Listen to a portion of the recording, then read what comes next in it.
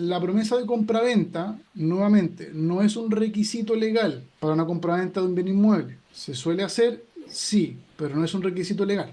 Esta promesa lo que uno hace es que se compromete a eventualmente firmar un contrato de compraventa una vez que se cumplan ciertos requisitos o ciertos plazos.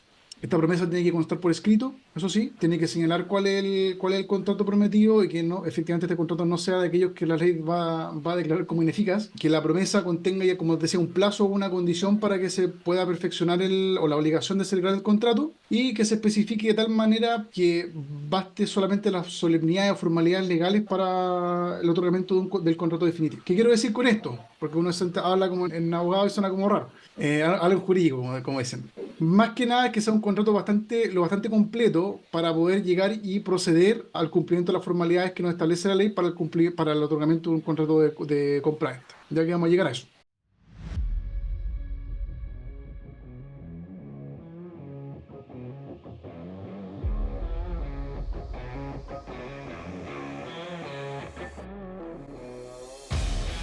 Bienvenidos y bienvenidas a este nuevo episodio de Negocios Invertidos, un podcast dedicado al emprendimiento, a los negocios y a las inversiones. Mi nombre es Ricardo y el día de hoy nuevamente me acompaña Pablo. Pablo, ¿cómo estamos?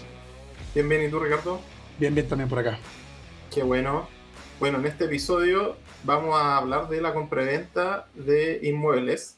Y en este caso no vamos a tener un entrevistado, sino que es Ricardo, la persona que nos va a explicar todo el proceso que conlleva esto, ya sea para comprar un departamento para inversión o para tener la casa propia. Hoy en día está medio complejo con el tema de las tasas de las tasas hipotecarias, pero de todas maneras es algo súper útil de saber y estar preparados para cuando se encuentren buenas situaciones en el mercado y poder tomarlas.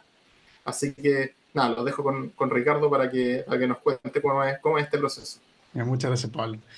Efectivamente, aquí la importancia de esto, a aquellos que quieren invertir o que quieren buscar un nuevo hogar, también este proceso les sirva para poder entender cómo funciona, de que a veces es un poco confuso, uno lee muchas cosas, a veces uno dice, no, esto no es necesario, esto otro sí, a veces los corredores dan otro tipo de información por cómo acostumbran a operar ellos, entonces, un poco para que se pueda entender bien cómo funciona esto. Bien, a ver, para comenzar, cuando ustedes encuentran el lugar, voy a saltarme toda la etapa comercial previa de lo que es solicitar una preaprobación en un crédito hipotecario, buscar el inmueble, ya que hay muchos portales para eso. Ahí también pueden contar un corredor de propiedades o un intermediario que los ayude a buscar la propiedad ideal para lo que ustedes necesitan.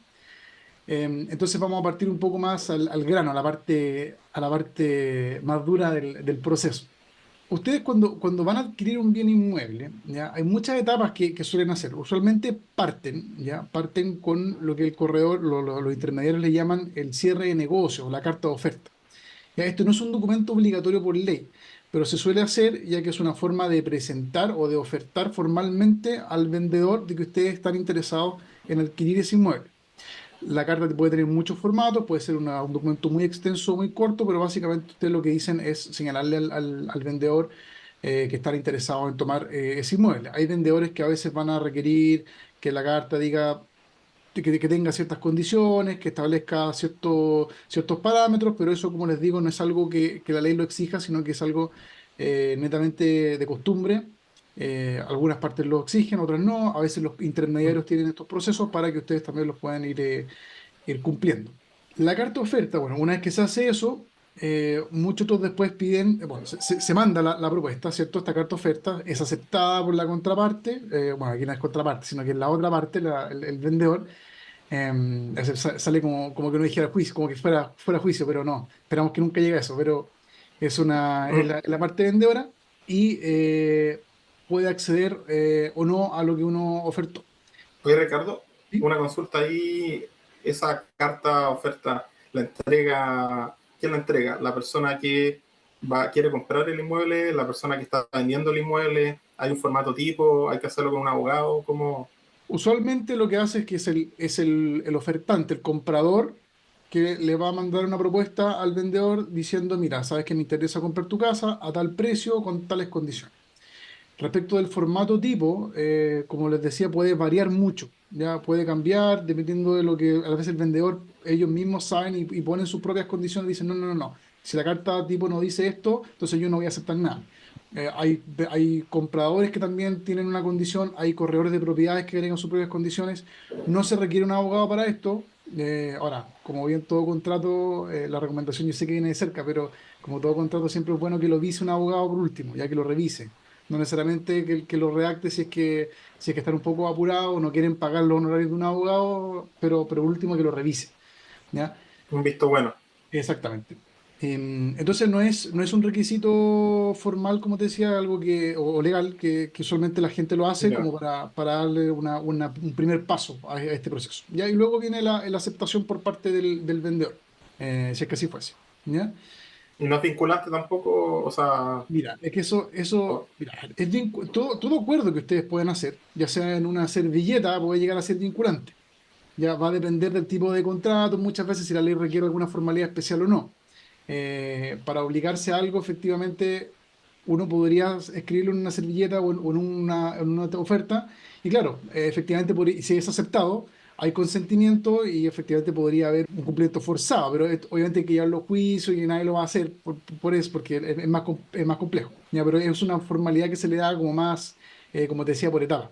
Bien, posterior a ello, la gente lo que suele hacer, o los corredores lo llegan a pedir, es una promesa de compraventa. ¿Ya? La promesa de compraventa, nuevamente, no es un requisito legal para una compraventa de un bien inmueble. ¿Se suele hacer? Sí, pero no es un requisito legal. ¿Vale? Esta promesa lo que uno hace es que se compromete a eventualmente firmar un contrato de compraventa cumpliendo, una vez que se cumplan ciertos requisitos o ciertos plazos. ¿Ya? Esta promesa tiene que constar por escrito, eso sí. Tiene que señalar cuál es el contrato prometido y que no, efectivamente este contrato no sea de aquellos que la ley va a declarar como ineficaz. Que la promesa contenga ya, como decía, un plazo o una condición para que se pueda perfeccionar o la obligación de celebrar el contrato y que se especifique de tal manera que baste solamente las solemnidades o formalidades legales para el otorgamiento del contrato definitivo. ¿Qué quiero decir con esto? Porque uno habla como en abogado y suena como raro. Habla en jurídico, como dicen.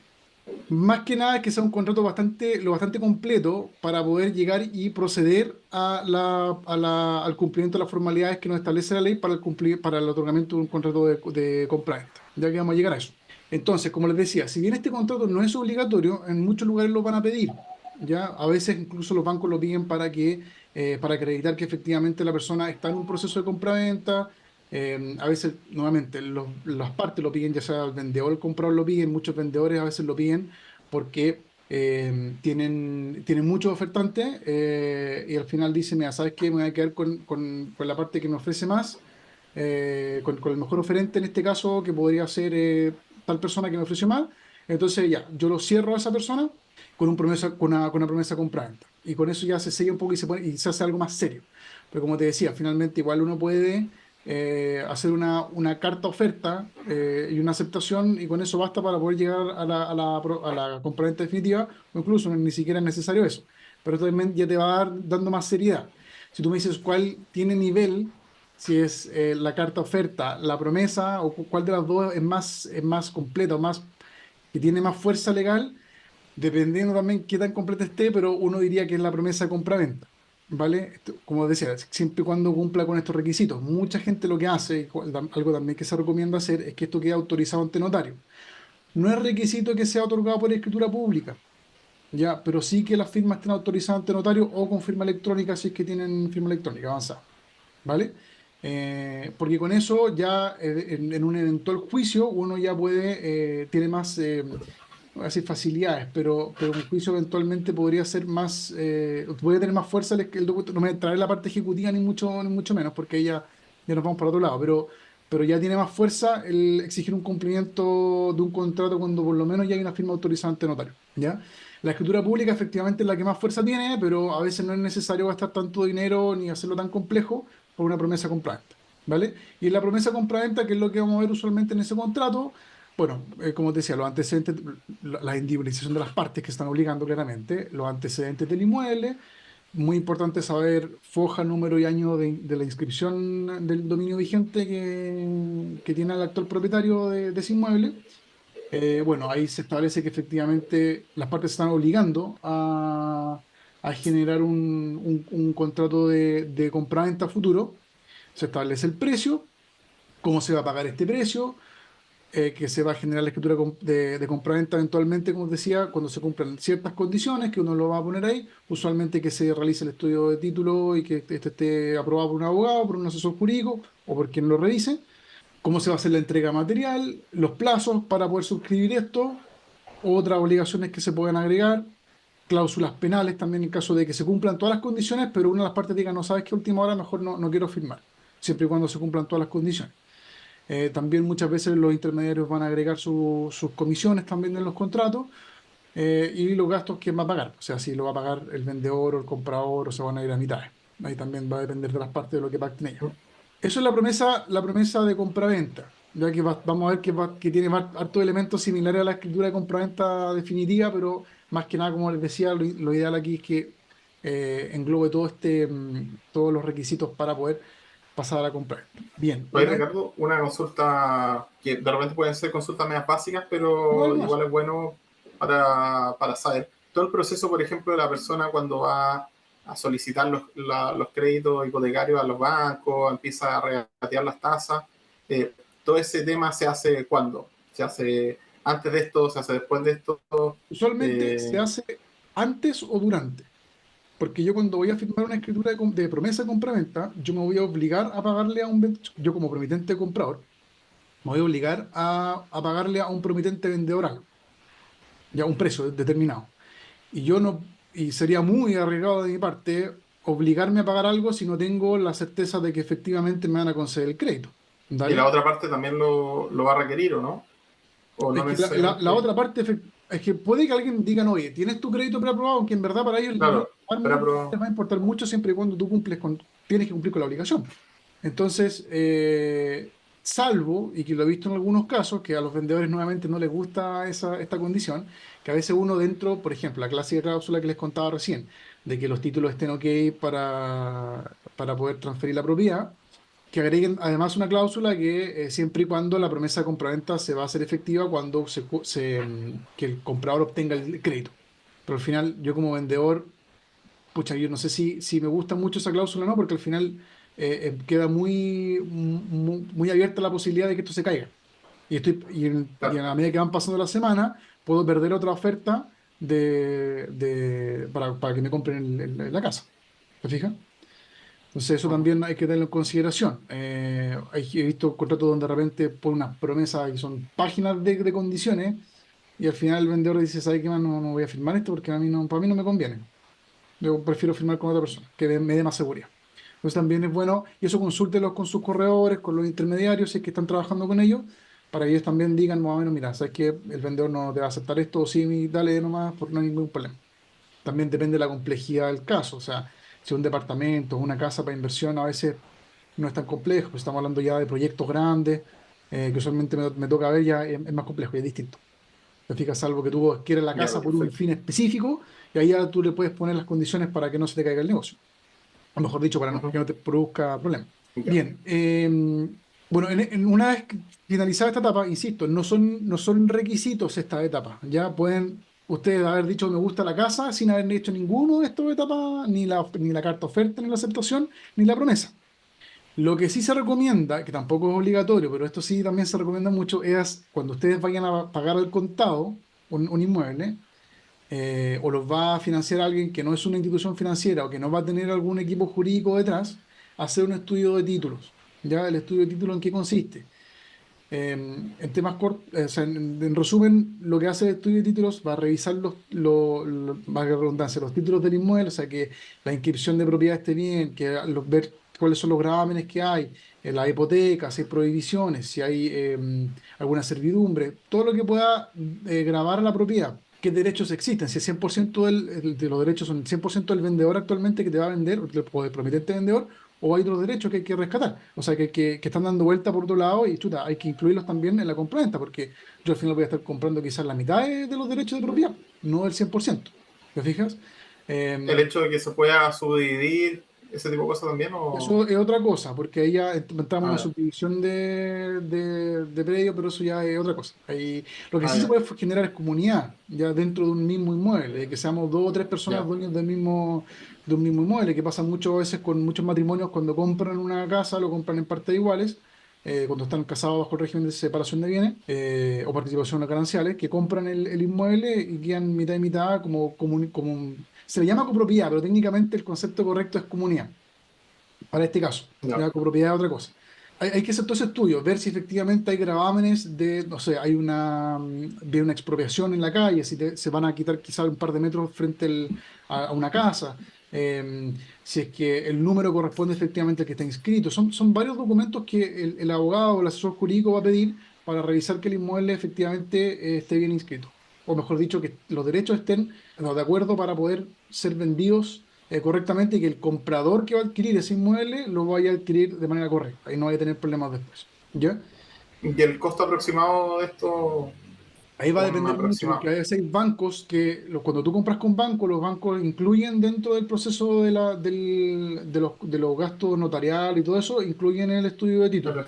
El Ya estudio hay de título. abogados que te pueden cobrar 200.000 pesos por un estudio de título, otros que te pueden cobrar 1.000.000, va a depender. Ya, pero Ya, usualmente yo diría que bordea los 200.000, 300.000 pesos chilenos. Estamos hablando de 300, 350 dólares norteamericanos, más o menos. y Eso es depende como, mucho de la propiedad, me imagino. ¿perdón? Depende mucho de la propiedad, el costo Claro, de... o incluso a veces algunos qué tan complejo sea. claro, a veces te cobran un porcentaje del precio, ¿ya? Depende también, porque a veces uno dice, mira, una revisión rápida me demora un par de horas y la propiedad está bastante sencilla, o a veces propiedades que, chuta, en verdad tienen mucho problema y hay que entrar a picar bien los títulos para ver que efectivamente esté todo de acuerdo, o sea, que esté todo ok, o para poder dilucidar cuáles son los problemas, porque a veces estos procesos se extienden porque hay que entrar a rectificar o subsanar ciertos problemas que hay adentro de los títulos, ¿ya? Pero Perfecto. supongamos que está todo ok, vamos a ponernos positivos, está todo ok, hicimos el estudio de títulos, el informe está ok, no hay ningún problema con los títulos, el vendedor puede vender, ¿cierto? No tiene ningún problema, los grámenes lo sabemos, pero no van a no van a influir, perdón, en el proceso de compraventa. Y está todo ok, temas municipales, de servicio, no hay ningún problema, estamos todo ok. Las contribuciones están al día, eso también, ojo, las contribuciones siempre tienen que estar al día, porque si no están al día, el conservador no va a inscribir el inmueble. Ya, o sea, o mejor dicho, que estén vencidas. ¿Ya? Que si están vencidas, el conservador no lo va a inscribir, te lo va a devolver. Ahora, hoy en día el notario también prevé eso y también te va a pedir las contribuciones al día.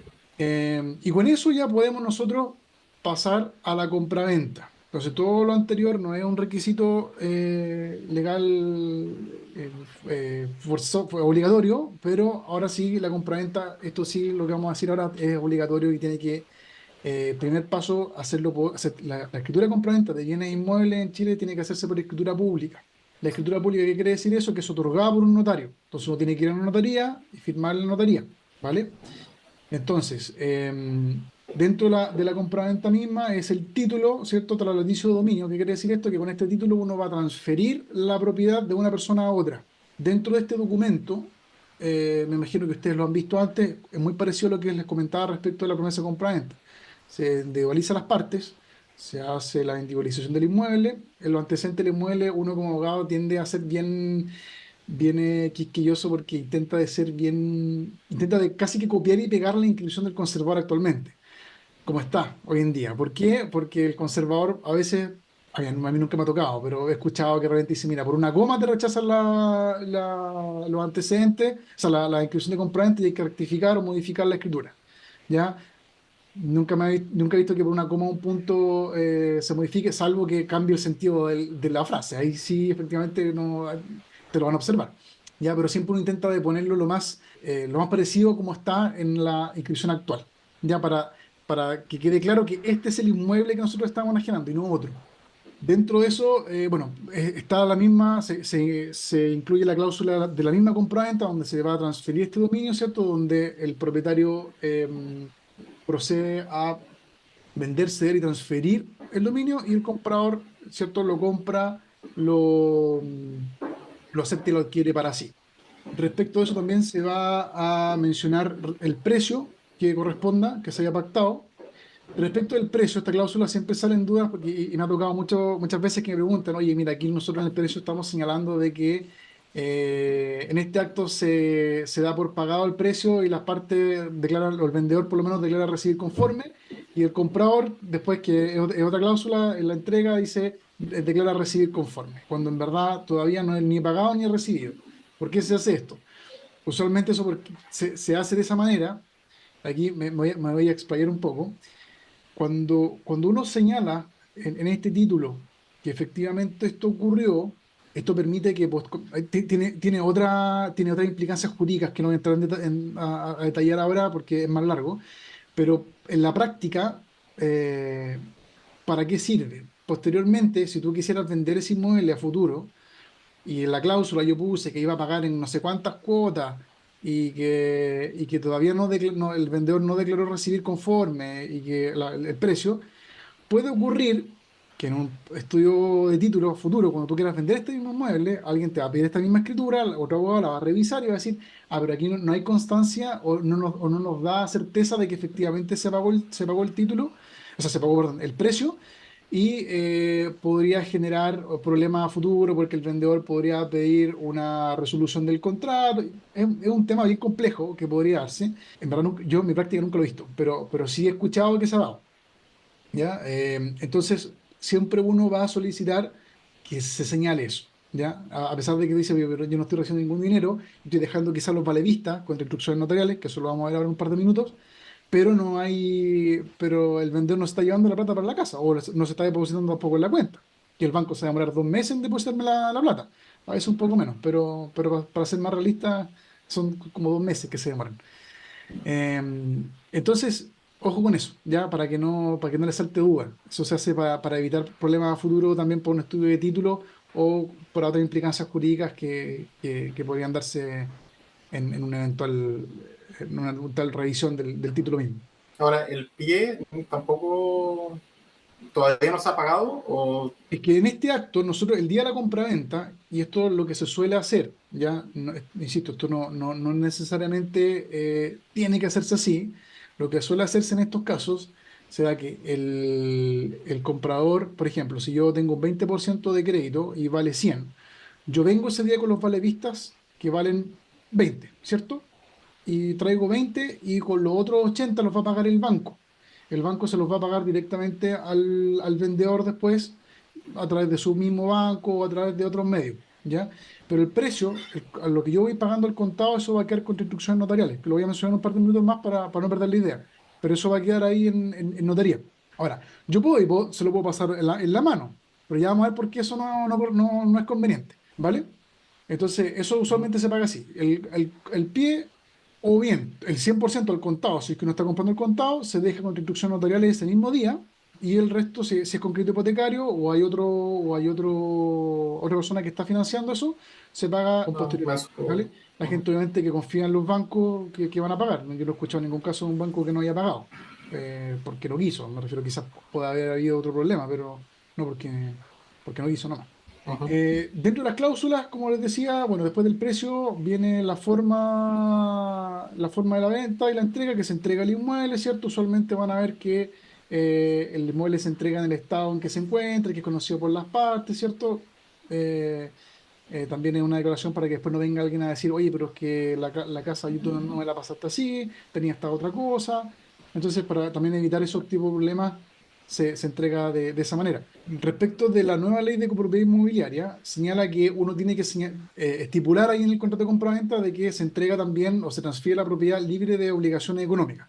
Esto quiere decir gastos comunes o cualquier otra multa que se deba a la copropiedad o otro tema de deudas que pueden haber, ¿vale? Hay otras cláusulas que usualmente los bancos van a solicitar, ¿ya?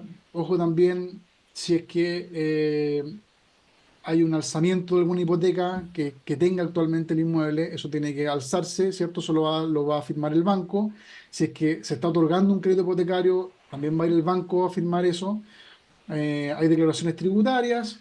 Hoy en día también se tiene que agregar una declaración, pues, de que no existe deuda por pensión de alimentos, ¿ya? Eso ya sea o se agrega una cláusula o la notaría igual lo tiene que certificar. ¿vale? Respecto a los gastos, son cláusulas tipo, no son 100% necesarias que tienen que estar en el contrato, pero se señalan igual. Se le otorga jurisdicción a un tribunal dependiendo del domicilio, usualmente se otorga un mandato especial a alguien que pueda rectificar o hacer modificaciones o rectificación de la escritura. También se le da poder a alguien para poder solicitar la inscripción de este contrato.